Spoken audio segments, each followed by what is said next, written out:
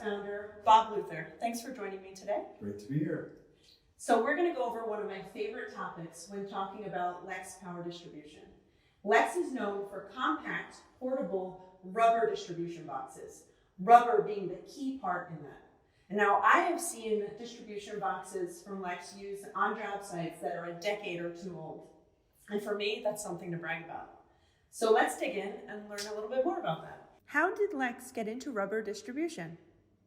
Well, Lex started with connectors.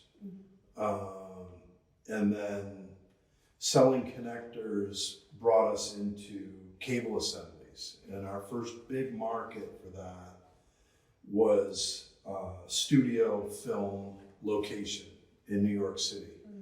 And we started building cable assemblies and getting into that market. And I saw the distribution boxes that they were using. And they were very large, and they were made out of metal.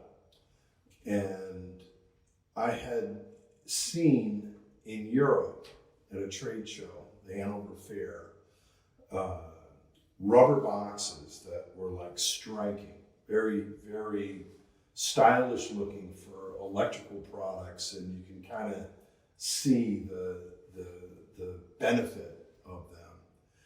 And it's like, those metal boxes don't look like they have to be like that. So I went back to that electrical fair.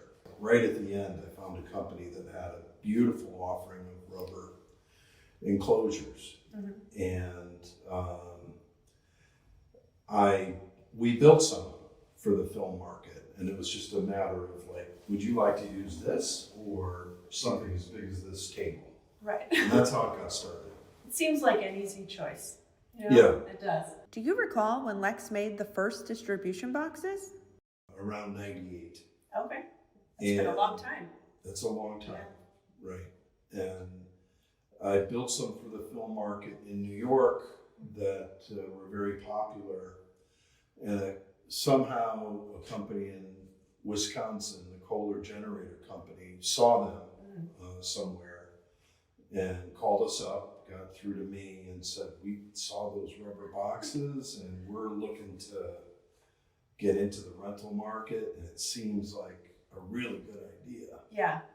And so I flew out to meet with them and got going with them, and that's was our first large endeavor with them. And I actually still see boxes out in the market with the Kohler plate on it. So those things are still going. Yeah, it was. That's pretty cool. I went out there and I had two boxes that I had brought back from Europe. One of them we populated. Right. Here's something that you could use. We laid out that system that day. And they gave me orders for boxes that we didn't even have the enclosures for yet. We hadn't even seen the enclosures. Oh, that'll work. I think we couldn't do that now. Yeah. But in those days we could. Yeah, that's okay. In those days you can sketch it out on the paper like, sure, that sounds good. Right. When did you decide to bring the rubber and molding in-house? That was maybe closer to 2008 or so. The reasons to do that were economical and supply chain, to have them available. And we made a very, very large investment in a very sophisticated rubber molding machine, which is actually injection molding rubber, which is not easy to do. It's pretty sophisticated. Right. And so that allowed us to be more competitive, but also to have a more constant chain of supply.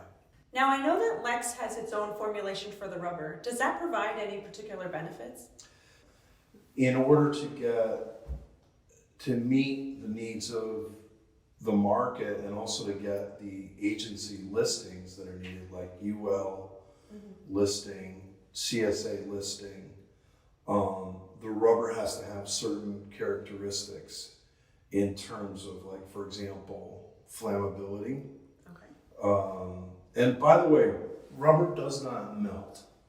This is it's thermoset, So when it's molded, it's cured, and it can no longer melt. But under certain circumstances, it can burn, just like the other plastics on it can burn. But it's pretty stringent. It can only burn under certain circumstances. So that had to be addressed with the formulation. Also, aging, particularly with sunlight. Very particular with what sunlight does to the rubber, and that's a very, very long test. Lex does have a proprietary blend of rubber that is CUL US listed. Is there anything about the listing process you want to talk about? Getting UL listing on a product family is often arduous, and this was no exception. There are the rain tests in particular are pretty arduous, and it's not, obviously the rubber itself is impervious, but you've got things that are, the covers and everything has to be done just right. Well, it's great learning more about the Lex Rubber distribution boxes. Thank you for speaking with me today. And if you would like to learn more about Lex products, please go to lexproducts.com. Lex Products, we deliver the power.